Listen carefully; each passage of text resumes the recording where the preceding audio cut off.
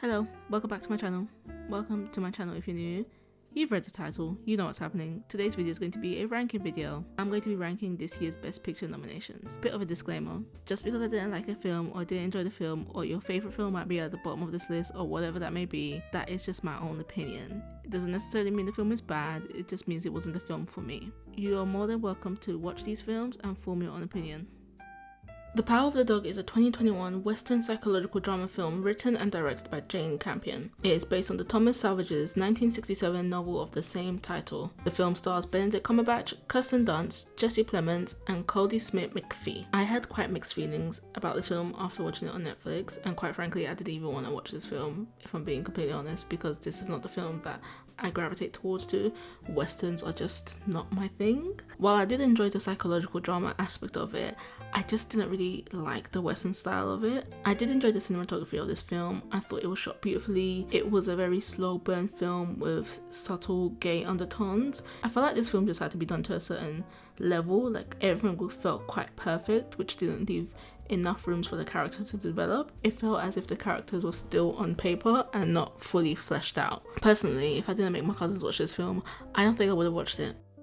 Belfast is a 2021 British coming-of-age drama film written and directed by Kenneth Branagh. Apparently this was Kenneth Branagh's most personal film, as he described it, since it's about a young boy's childhood in Belfast in Northern Ireland at the beginning of the Troubles in 1969. This was just a very Oscar bait film, and you're probably thinking, what does that mean? Oscar bait is basically just a term that the film community uses for films that appear to have been produced for the sole purpose of earning nominations for the Academy Awards. But I just could not get into it. I really couldn't. I just found this film to be so boring.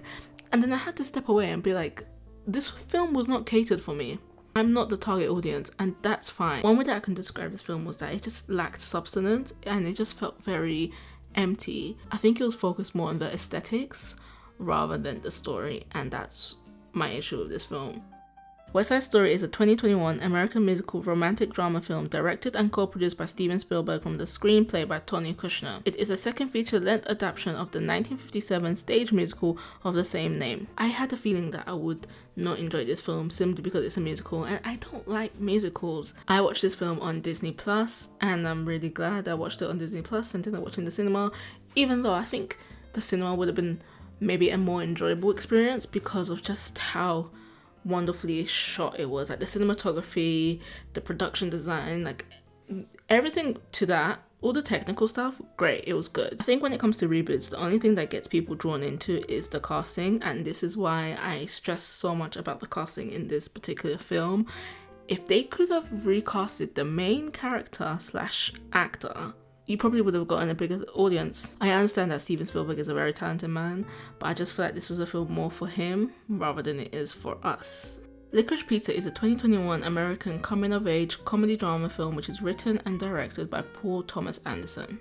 This film left a very bad taste in my mouth after I watched it. I could not enjoy it. I love a good coming-of-age slash comedy slash drama film. I'm a sucker for that. Like, I'm your target audience. Give that to me. But how did you make this and then fail?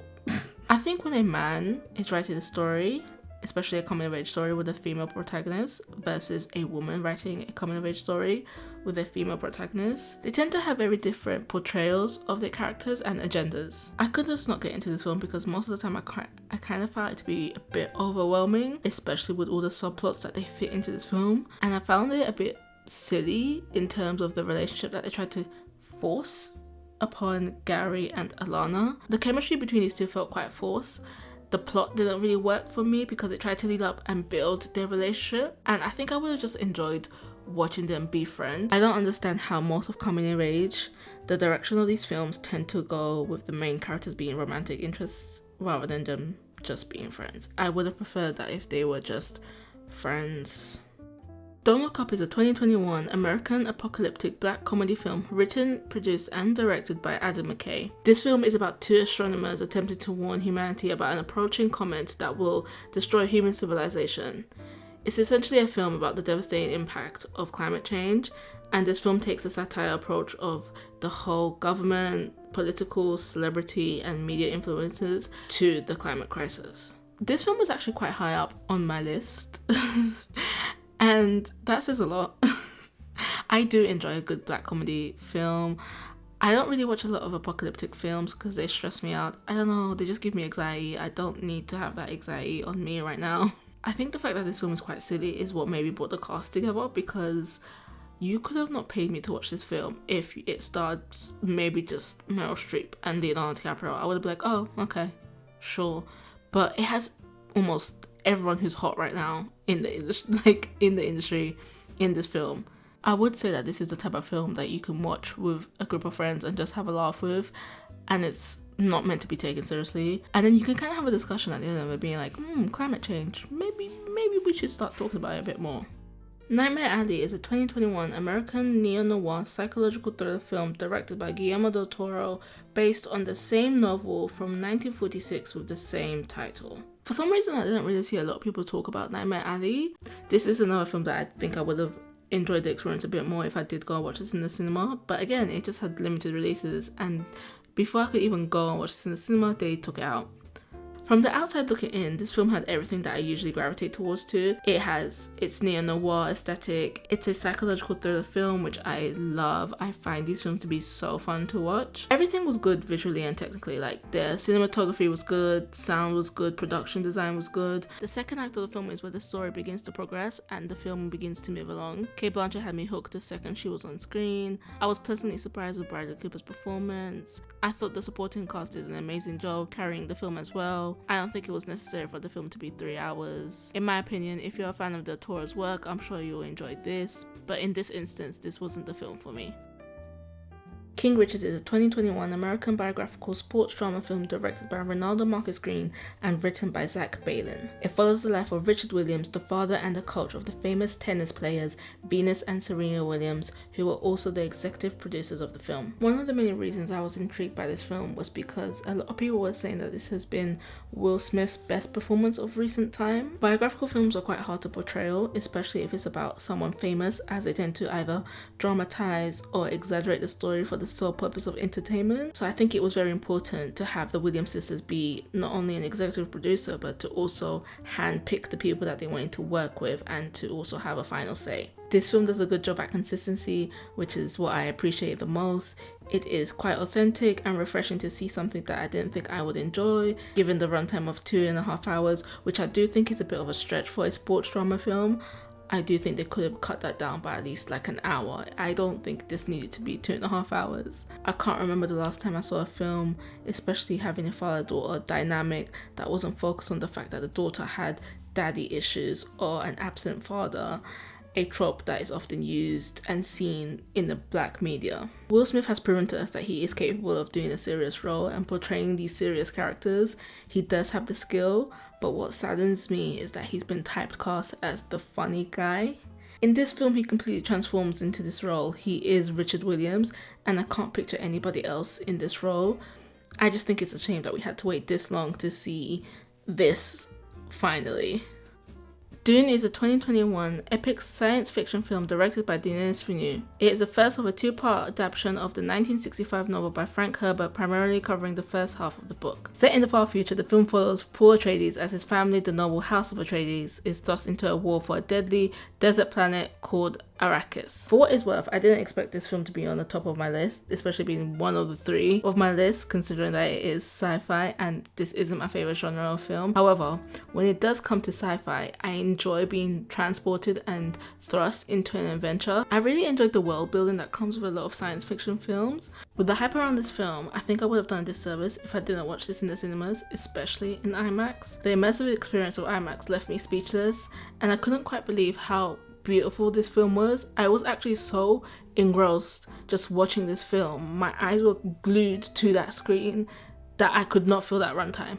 Like 3 hours? No, didn't feel it. I honestly didn't feel it. I also enjoyed the fact that the room was really quiet, because there were some points where I had to turn around and just watch everyone's reactions and everyone's faces, and they were exactly the same as I was. They had their eyes glued to the screen, and I just thought, wow, I don't think I've seen anyone this immersed in a film in a long time. For most of us, this is the first time we've heard of this story, and seeing these characters. We don't know anything about these characters unless you've read the books or seen previous stuff. But for me, this was the first time I'm hearing about Paul and hearing about the House of Atreides and Arrakis, the Spice Desert, all of this. This was all new information to me. The cast in this film did a brilliant job. There were just so many talented actors that I just thought, wow.